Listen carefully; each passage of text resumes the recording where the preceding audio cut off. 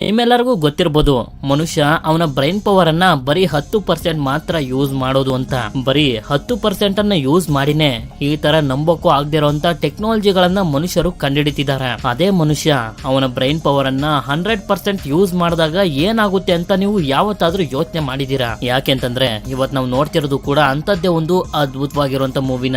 ಒಂದು ಹುಡುಗಿಗೆ ಅವಳ ಬ್ರೈನ್ ಪವರ್ 100% ವರ್ಗೂ ಅನ್ಲಾಕ್ ಆಗೋಗುತ್ತೆ. ಅದನ್ನ ಹುಡುಗಿ ಹೇಗೆ ಅನ್ಲಾಕ್ ಮಾಡಿದ್ಲು, ಅನ್ಲಾಕ್ ಆದ್ಮೇಲೆ ಅವಳಿಗೆ ಏನೇನೆಲ್ಲ ಪವರ್ ಸಿಕ್ತು, ಮುಂದೆ ಅವಳ ಜೀವನ ಹೇಗೆಲ್ಲ ಬದಲಾಯ್ತಾ ಹೋಯ್ತು ಅನ್ನೋದೇ ಈ ಮೂವಿ ಒಂದು ಬೇರೆನೆ ಪ್ರಪಂಚ, ಒಂದು ಅದ್ಭುತವಾಗಿರುವಂತ ಎಕ್ಸ್ಪೀರಿಯನ್ಸ್ ಅನ್ನ ಕೊಡುತ್ತೆ. ಅಂದಂಗೆ ಈ ಮೂವಿ ಹೆಸರು ಲೂಸಿ ಅಂತ. ಸರಿ, ಈಗ ನಾವು ತುಂಬಾ ಟೈಮ್ ವೇಸ್ಟ್ ಮಾಡದೆ ನಮ್ಮ ಮೈನ್ ಸ್ಟೋರಿ ಕಡೆಗೆ ಹೊರಟೋಗೋಣ.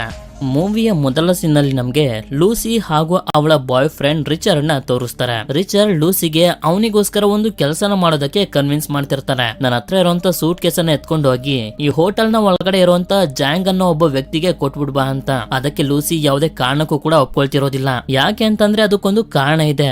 ಲೂಸಿ ಈ ರಿಚರ್ಡ್ ನ ಪರಿಚಯ ಮಾಡ್ಕೊಂಡು ಬರೀ ಒಂದೇ ವಾರ ಆಗಿರೋದು. ಇವನು ಯಾವ ಕೆಲಸ ಮಾಡ್ತಾನೆ, ಏನ್ ಮಾಡ್ತಾನೆ ಅಂತ ಇವಳಿಗೆ ಗೊತ್ತಿಲ್ಲ. ಆದ್ರಿಂದ ಈ ಕೆಲಸಕ್ಕೆ ಇವಳು ಒಪ್ಕೊಳ್ತಿರೋದಿಲ್ಲ. ರಿಚರ್ಡ್ ಇವಳಿಗೆ ಹೀಗೆ ಕನ್ವಿನ್ಸ್ ಮಾಡ್ತಾ ಒಂದು ವಿಷಯನ ಹೇಳ್ತಾನೆ. ನಾನ್ ಇವತ್ತು ಮ್ಯೂಸಿಯಂಗೆ ಹೋಗಿದ್ದೆ, ಅಲ್ಲೊಂದು ನನ್ಗೆ ಅದ್ಭುತ ಕಾಣಿಸ್ತು.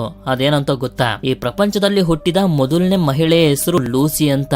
ಆಗ ಲೂಸಿ ಈ ವಿಷಯ ನನ್ಗೆ ಕೇಳ್ತಿದ್ಯಾ, ಅದನ್ನ ಕಟ್ಕೊಂಡು ನನ್ಗೇನಾಗ್ಬೇಕು ಅಂತ ಮನೆಗೆ ಹೋಗ್ತಿರ್ತಾಳೆ. ಹಾಗೆ ಇವನು ಒಂದು ಬೇಡಿನ ಸೂಟ್ ಕೇಸ್ಗೆ ಹಾಗೆ ಇವಳ ಕೈಗೆ ಹಾಕ್ಬಿಡ್ತಾನೆ. ಇದರಿಂದ ಲೂಸಿಗಂತೂ ತುಂಬಾನೇ ಕೋಪ ಬಂದ್ಬಿಡುತ್ತೆ. ಪ್ಲೀಸ್ ಇದೊಂದ್ ಕೆಲಸನ ಮಾಡ್ಕೊಡು ಅಂತ ಹೇಳಿದ್ರಿಂದ ಸರಿ ಅಂತ ಲೂಸಿನೂ ಕೂಡ ಆ ಸೂಟ್ ಕೇಸನ್ನ ಎತ್ಕೊಂಡು ಹೋಟೆಲ್ ನ ರಿಸೆಪ್ಷನಿಸ್ಟ್ ಹತ್ರ ಬಂದು ಹೇಳ್ತಾಳೆ, ನಾನು ಜಾಂಗ್ ಅನ್ನೋ ಒಬ್ಬ ವ್ಯಕ್ತಿನ ಮೀಟ್ ಮಾಡ್ಬೇಕು ಅಂತ. ಆಗ ಇವನು ಕೂಡ ಜಾಂಗುಗೆ ಕಾಲ್ ಮಾಡಿ ಈ ವಿಷಯನ ಹೇಳ್ತಾನೆ, ಲೂಸಿ ಅನ್ನೋ ಒಬ್ಳು ಹುಡುಗಿ ನಿಮ್ಮನ್ನ ಮೀಟ್ ಮಾಡ್ಬೇಕಂತೆ ಅಂತ.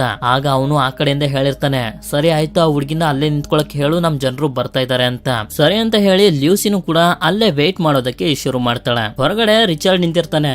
ರಿಚರ್ಡ್ ನ ಕಡೆಗೆ ಇವಳು ನೋಡಿದಾಗ ರಿಚರ್ಡ್ ನ ಯಾರೋ ಶೂಟ್ ಮಾಡಿ ಸಾಯಿಸ್ಬಿಡ್ತಾರೆ. ಇದನ್ನ ನೋಡಿ ಇವಳು ತುಂಬಾನೇ ಹೆದರ್ಕೊಳ್ತಿರ್ಬೇಕಾದ್ರೆ ಅದೇ ಸಮಯಕ್ಕೆ ಜಾಂಗ್ ನ ಕಡೆಯ ಜನರು ಬರ್ತಾರೆ. ನಂತರ ಜನರು ಲೂಸಿನ ಹಿಡ್ಕೊಂಡು ಜಾಂಗ್ ಇರುವಂತ ಜಾಗಕ್ಕೆ ಎಳ್ಕೊಂಡು ಹೋಗೋದಕ್ಕೆ ಶುರು ಮಾಡ್ತಾರೆ. ಹೌದು, ರಿಚರ್ಡ್ ನ ಸಾಯಿಸಿದ್ದು ಬೇರೆ ಯಾರು ಅಲ್ಲ, ಇದೇ